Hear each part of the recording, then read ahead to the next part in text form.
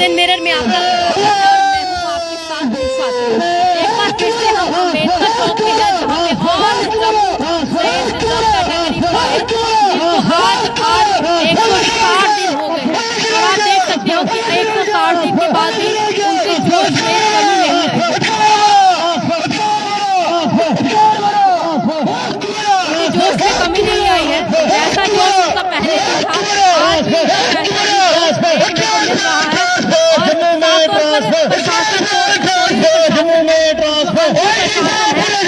जगाने का प्रयास अपना वादा पूरा आज आप उनको 160 दिन हो गए हैं जब वो लगातार यहाँ पर बैठे हुए हैं अपनी मांगों के लिए और अभी तक जो सरकार है प्रशासन और वो उठने का नाम जो है वो नहीं ली है। इनसे ही बात करेंगे, जानने का प्रयास करेंगे कि सर किस तरीके से जो जोश है और आज भी यही चाहते हैं कि जो ट्रांसफर पॉलिसी की तरफ से बनाई गई है उसको लागू किया जाए और आज 160 दिन हो गए हैं जब वो पॉलिसी तो बनी हुई है लेकिन उस पर कोई भी काम नहीं किया जा रहा है, सिर्फ आश्वासन ही दिए जा रहे हैं। फिर से इनसे पूछने का प्रयास करते हैं, सर जोश आपका पहले दिन भी उतना ही था और आज 160 दिन हो गए हैं, आज भी आपका यही प्रयास है और ये सोई हुई गूंगी बहरी सरकार उठ नहीं रही है। किस तरीके से आप इनको जगाने का प्रयास और कर रहे हैं? शुक्रिया मैडम आपका। मेरा नाम कुलदीप कुमार है और आपने सही कहा कि जोश, हमारी हिम्मत, हमारा जज्बा वैसा ही है। अफसोस के साथ भी कहना पड़ रहा है और खुशी भी है। हम जो है इसकी वजाहत आपके सामने करेंगे। जैसे कि आप जानते हैं, खुशी ये अफसोस इस बात का है कि मौसम बहार से हमारा ये धरना प्रदर्शन शुरू हुआ, यानी कि 1 जून से मौसम बहार था। उसके बाद मौसम गर्मी का मौसम आया। 46-47 डिग्री के टेम्परेचर पर इन मुलाजमीन ने अपने हकूकों की लड़ाई लड़ते हुए आगे बढ़ते हुए उसके बाद मौसम पतझड़ आया और आज जो है चौथा मौसम चल रहा है, यानी कि मौसम सरमा। ये बड़े अफसोस के साथ कहना पड़ रहा है कि एक छोटी सी ट्रांसफर पॉलिसी बनानी थी आपको और हमारे साथ ये वादा भी किया गया था कि टाइम बॉन्ड पीरियड में आपकी ट्रांसफर पॉलिसी जो है लागू की जाएगी और आपके पास एक बहुमत में सरकार, प्रचंड बहुमत में सरकार, एक ताकतवर सरकार सेंटर में और डायरेक्टली इनडायरेक्टली वही चला रहे हैं। वादा भी किया गया, टाइम बॉन्ड पीरियड भी लिख दिया गया, लेकिन 4 मौसम निकल गए। 4 मौसम आसमान के नीचे। बिल्कुल मैडम जी, बड़े अफसोस के साथ ये कहना पड़ रहा है। ऐसा न हो कि ये हकूकों की लड़ाई जो है 2023 में चली जाए। ये सरकार के लिए बहुत शर्मनाक बात होगी। एक छोटी सी ट्रांसफर पॉलिसी बनानी है, अगरचे हमारी inter district inter division recruitment हुई, 15 सालों से हमारी कोई भी ट्रांसफर पॉलिसी नहीं है, लेकिन हमसे वादा किया गया कि दीपावली 2022 के अवसर पर आपको ट्रांसफर पॉलिसी का तोहफा दिया जाएगा। मैडम जी, तोहफे की तो बात दूर, इन मुलाजमीन की जो 4-5 महीने की सैलरी थी उनको भी बहाल नहीं किया गया। बड़ा दुख होता है कि एक तरफ से सरकार बोलती है कि आपके लिए ट्रांसफर पॉलिसी लागू की जाएगी, लेकिन दूसरी तरफ से जख्मों पर नमक छिड़कने की कोशिश की गई। नमक छिड़का जा रहा है, ये किस लिए? पर रविंदर रैना जी तो कह रहे हैं कि हम उनको कश्मीर में नहीं भेजेंगे। कहीं ना कहीं उनके इंटरव्यूज में यही कहा जाता है कि वो रिजर्व कैटेगरी के जितने भी एम्प्लॉयज उनको सपोर्ट कर रहे हैं क्योंकि कश्मीर में खतरा है, वो उनको नहीं भेज सकते क्योंकि वहाँ के कश्मीरी चाहे बहुत अच्छे हैं, लेकिन कहीं ना कहीं आपको जब उनके घरों पर रहना है तो उनको भी टारगेट किया जाता है क्योंकि वो आप लोगों को वहाँ रखते हैं। देखो मैडम, सपोर्ट जो है चाहे बीजेपी के अध्यक्ष हमें कर रहे हैं, वर्बली नॉन वर्बल वो सपोर्ट कर रही है, कोई भी दूसरा इंसान सोसाइटी का, समाज का वो कर रहा है, लेकिन वक्त आ गया है कि आप खुद सोचेंगे ना, 6 महीने हो गए, एक 4 सीजन निकल गए, 4 मौसम निकल गए, लेकिन छोटी सी ट्रांसफर पॉलिसी बनाने के लिए, लेकिन आप जो है जुमलों से पेट भरा जा रहा है, पेट भरने की कोशिश कर रहे हो। ऐसा नहीं होना चाहिए ना, क्योंकि ये मुलाजमीन जो है अपनी हकूकों की लड़ाई लड़ते हुए और समाज का हर एक तबका, हर एक इंसान आपने देखा हमारे साथ शाना पे शाना खड़ा है। इसलिए मैंने शुरू में कहा कि अफसोस इस बात का है कि अगर ताकतवर सरकार थी, अगर ताकतवर सरकार का क्या मतलब है कि जस्टिस आपको टाइम बॉन्ड पीरियड में मिलना चाहिए, वो नहीं मिला तो हम किसको ताकतवर सरकार मानेंगे? ये अफसोस है। बच्चे स्कूल नहीं जा रहे हैं, सैलरीज नहीं है, बच्चे स्कूल नहीं जा रहे हैं, जिनकी बच्चों की वहाँ एडमिशन हुई थी, क्या कहेंगे? मैडम, बड़ा दुख होता है शुरू में, इसीलिए मैं कहा कि आप अल्फाज में बयान नहीं कर सकते, शब्द ही नहीं है कि अगर greatest, if there is any greatest investment in the world, that is investment on the education.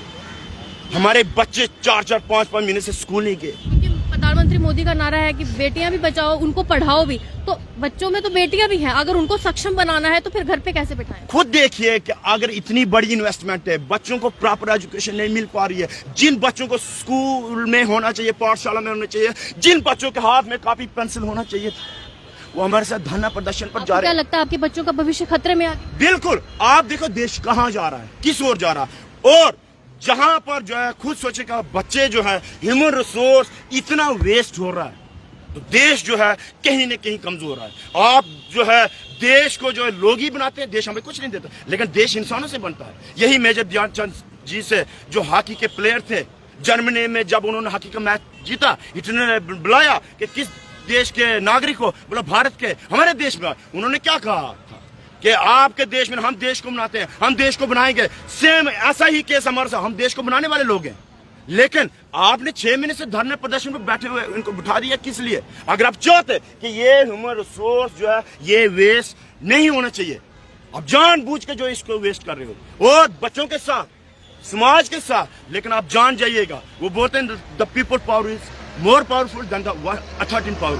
वक्त आ गया, इन मुलाजमीन को इंसाफ दीजिएगा। छोटी सी ट्रांसफर पॉलिसी बनानी है। अगर आप टाइम बॉन्ड भी लिखते हो, वादा भी करते हो, फिर देरी किस बात की? क्या आपको क्या लगता है टाइम बॉन्ड का मतलब उनको लिखने के बाद खुद ही समझ नहीं आया? मैडम जी, मैं बड़े अफसोस के साथ ये कहना पड़ रहा है कि जब आप टाइम बॉन्ड लिखते हो और एलजी साहब की कलम से सोचो कि इतिहास में लोग क्या याद रखेंगे, बच्चे क्या याद रखेंगे कि टाइम बॉन्ड का जो ही नाम सुनेंगे वो दूर भागना शुरू कर देंगे। हम ट्रांसफर पॉलिसी मांग रहे हैं, लेकिन ट्रांसपेरेंसी भी मांग रहे हैं कि आपने वादा किया था ट्रांसफर टाइम बॉन्ड पीरियड में कि वेयर इज और ट्रांसपेरेंसी। ट्रांसपेरेंसी तो होनी चाहिए ना। 4-4 महीने से मुलाजमीन की तनख्वाह बंद की, लेकिन उन अफसरान से पूछा जाए जिनको ये काम दिया गया था कि टाइम बॉन्ड पीरियड में आपको जो लागू करनी है, कहाँ है ट्रांसपेरेंसी? उनकी तनख्वाह बंद होनी चाहिए ना, उनकी तनख्वाह बंद नहीं की, तो छोटे मुलाजमीन की तनख्वाह क्यों बंद की? कोई अस्पताल में, कोई टीचर में, कोई इंजीनियर होगा, कोई आरडीडी है, ऐसा नहीं चलता है। तो हम ये जुल्म सह नहीं सकते, हम आवाज उठाएंगे और आपको मुबारकबाद देते हैं जितने भी जम्मू की मीडिया है जो इंसाफ के साथ है, जो हक की आवाज उठा रहे हैं, जो सत्य की आवाज उठा रहे हैं। आज आपको अफसोस होता होगा कि नौकरी क्यों की गई आपने, क्योंकि आपको लगता होगा कि हम नौकरी नहीं करते, कोई बिजनेस, कोई दुकान होते तो कम से कम 4 पैसे तो घर में आ रहे होते। बिल्कुल मैडम, आपने सही कहा। ये क्वेश्चन जो है आपके माध्यम से आए, इससे पहले भी जो है बहुत सारे हमारे नौजवान जो है, साथी जो है, दोस्त जो है, भाई बंधु जो, उन्होंने पूछा है कि आपने एमएससी पीएचडी करके जो है 15 सालों के बाद ये देखने को मिला कि आप सड़कों पर जो है डॉक्टर अंबेडकर चौक में बैठे हुए हैं। इससे अच्छा होता चाय बनाते या कहीं ढाबा खोलते।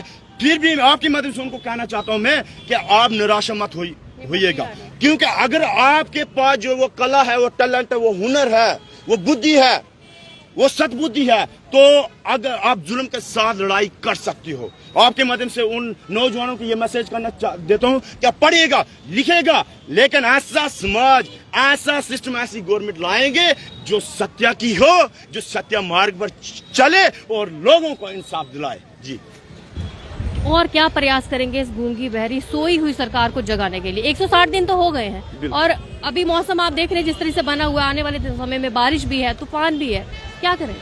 शुरू में मैडम जैसे मैंने कहा था कि हमें खुशी भी है, एक तरफ से अफसोस की मैंने बात की, खुशी इस बात की है कि आपने देखा कि 1 जून से धरना प्रदर्शन शुरू हुआ, लेकिन आपने देखा कि इन मुलाजमीन का जो जज्बा, जो हिम्मत, जो ताकत है, उसमें कमी नहीं है। क्यों? उसमें कोई भी कमी नहीं है। ये संघर्ष करने के लिए तैयार हैं, करते रहेंगे, और हमारे खून का एक एक कतरा जो है इस आंदोलन की जीत में लगेगा, और जरूर आने वाली पीढ़ी को और इन मुलाजमीन को जो है वो इंसाफ मिलेगा, न्याय मिलेगा, वो दिला के हम रहेंगे। इसका प्रयास जो है कंटिन्यू जारी है, वो चल रहा है, आगे भी चलेगा। ऐसा न हो कि ये फिर प्रोटेस्ट जो है वो ये जन आंदोलन में तब्दील हो जाए। जी, थैंक यू। तो आप सुन सकते हैं कि इन्होंने यही कहा है कि चाहे 4 मौसम क्या 6 मौसम भी अगर निकल जाएंगे, जो इनका प्रयास है वो खत्म नहीं होगा। 160 दिन क्या 200 दिन भी हो जाएंगे,